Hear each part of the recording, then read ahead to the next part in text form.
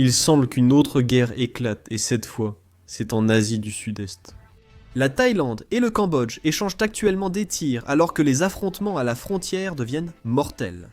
Les F-16 thaïlandais ciblent des objectifs militaires à l'intérieur du Cambodge, tandis que l'artillerie cambodgienne frappe à l'intérieur de la Thaïlande. La situation s'aggrave très rapidement, et au moment où j'enregistre ceci, des rapports indiquent que les deux camps sortent des chars et se préparent à une véritable incursion à la frontière. Alors, expliquons d'abord les origines de tout cela. Il y a beaucoup de contextes historiques que nous aborderons plus tard dans la vidéo. Mais d'abord, voyons ce qui s'est passé ce matin. La Thaïlande a ordonné l'évacuation des villages voisins de son côté de la frontière. Mercredi, Bangkok a annoncé qu'elle expulsait l'ambassadeur du Cambodge et qu'elle rappelait son propre envoyé de Phnom Penh. Lors d'une conférence de presse du ministère des Affaires étrangères de Thaïlande, la porte-parole s'est exprimée sur l'incident en question.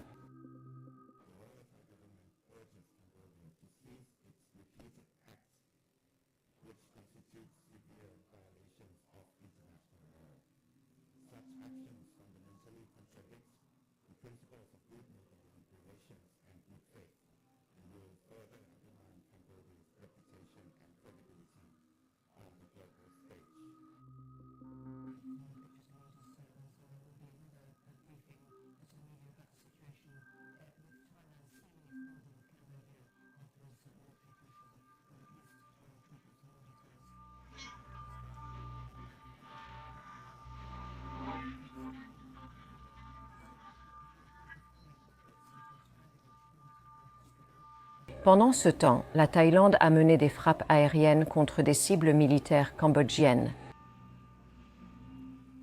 Un Mané, Premier ministre cambodgien, a déclaré sur Facebook que le Cambodge a toujours privilégié une résolution pacifique des conflits.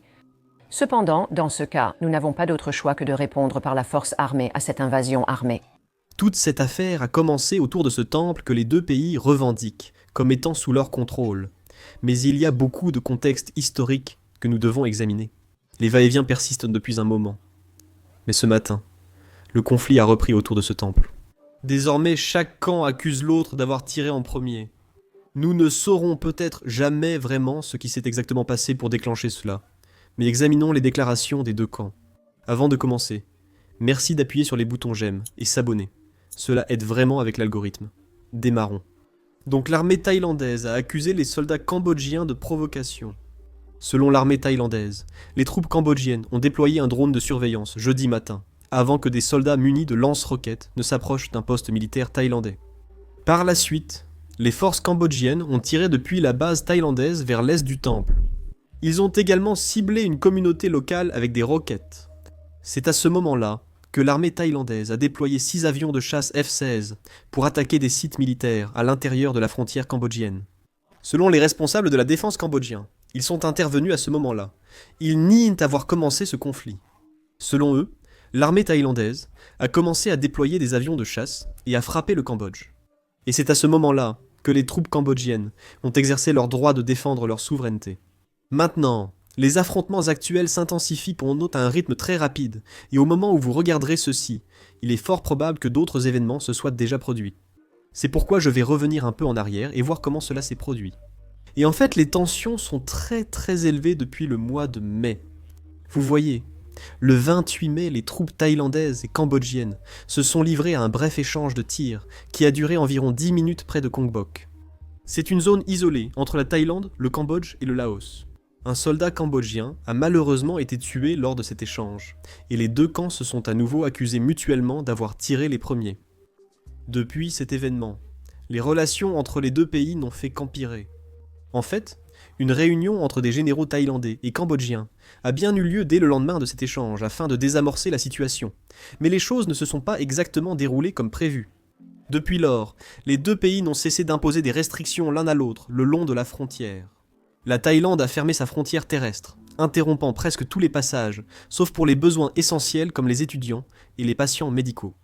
En réponse, le Cambodge a interdit les films et émissions de télévision thaïlandais et a cessé d'importer du carburant, des fruits et des légumes thaïlandais.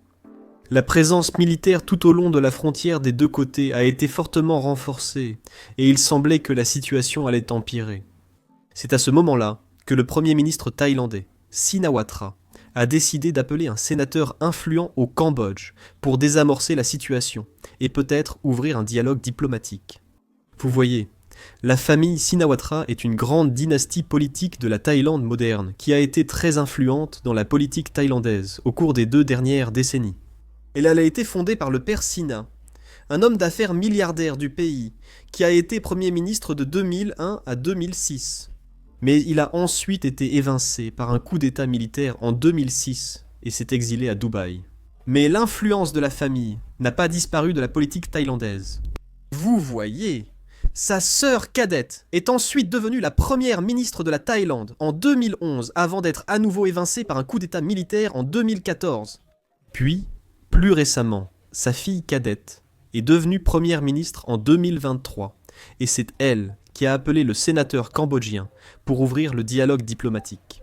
Maintenant, la raison pour laquelle je vous ai donné l'histoire familiale, c'est parce que c'est ici que cela devient important. Vous voyez, au Cambodge, elle a appelé Hun Sen, c'est l'ancien premier ministre du pays, et en ce moment, il est le président du Sénat. En plus de cela, son fils aîné est l'actuel premier ministre du Cambodge. De toute évidence, ces 2 familles sont très influentes dans le pays depuis longtemps, donc elles entretiennent une relation étroite. Je ne dirais pas qu'ils sont très proches, mais ils s'entendent bien.